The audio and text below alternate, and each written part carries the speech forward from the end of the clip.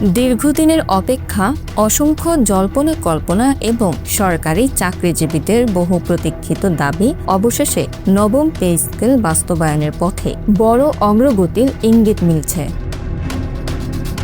সরকারি চাকরিজীবীদের বেতন কাঠামোয় বড় পরিবর্তন আনার লক্ষ্যে গঠিত কমিটি ইতিমধ্যেই তাদের সুপারিশ জমা দিয়েছে।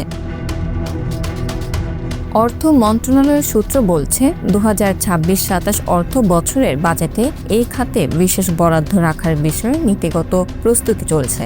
যদিও এখনও চূড়ান্ত অনুমোদন হয়নি, তবে নতুন বেতন কাঠামো নিয়ে সরকারি পর্যায়ে আলোচনার গতি স্পষ্টভাবে বেড়েছে। প্রস্তাব অনুযায়ী নবম পে স্কেল এক ধাপে নয় বরং কয়েকটি ধাপে বাস্তবায়ন করা হতে পারে। তবে সবচেয়ে গুরুত্বপূর্ণ বিষয় হলো প্রথম ধাপেই মূল বেতন বাড়ানোর পরিকল্পনা রয়েছে, অর্থাৎ সরকারি চাকরিজীবীরা শুরুতেই বেসিক বেতনে উল্লেখযোগ্য পরিবর্তন দেখতে পারেন।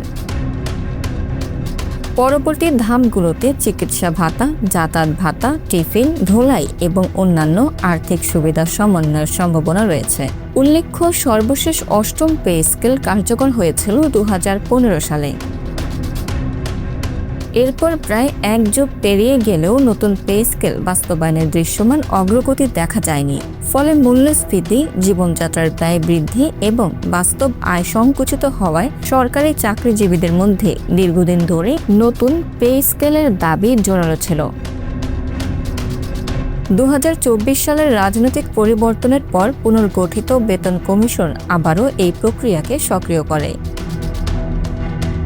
প্রস্তাবিত কাঠামো অনুযায়ী সর্বনিম্ন মূল বেতন 20,000 টাকা এবং সর্বোচ্চ 1,60,000 টাকা নির্ধারণের সুপারিশ করা হয়েছে। অর্থাৎ বেতন বৈষম্যের অনুপাত রাখা হয়েছে 1:8। এটি আগের তুলনায় বৈষম্য কিছুটা কমানোর ইঙ্গিত দেয়। বিশেষ করে নিম্ন গ্রেডের কর্মচারীদের জন্য পরিবর্তনটি হতে পারে সবচেয়ে তাৎপর্যপূর্ণ।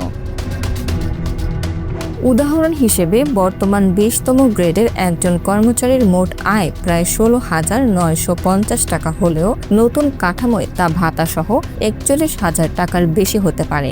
যদিও এটি এখনও চূড়ান্ত নয়, তবুও এ প্রস্তাব সরকারি নিম্ন আয়ের কর্মীদের জন্য বড় স্বস্তির বার্তা হিসেবে দেখা হচ্ছে। অন্যদিকে উচ্চ গ্রেডের কর্মকর্তাদের ক্ষেত্রেও বেতন ও ভাতা বৃদ্ধি হবে, তবে তুলনামূলকভাবে সীমিত পরিসরে। সরকার মূলত নিম্ন ও মধ্যম আয়ের কর্মচারীদের আর্থিক সক্ষমতা বাড়ানোর দিকে বেশি গুরুত্ব দিচ্ছে বলে ধারণা করা হচ্ছে।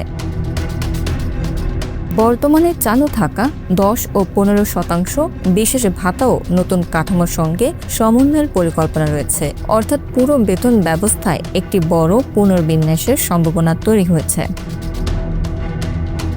Bangla affairs news desk.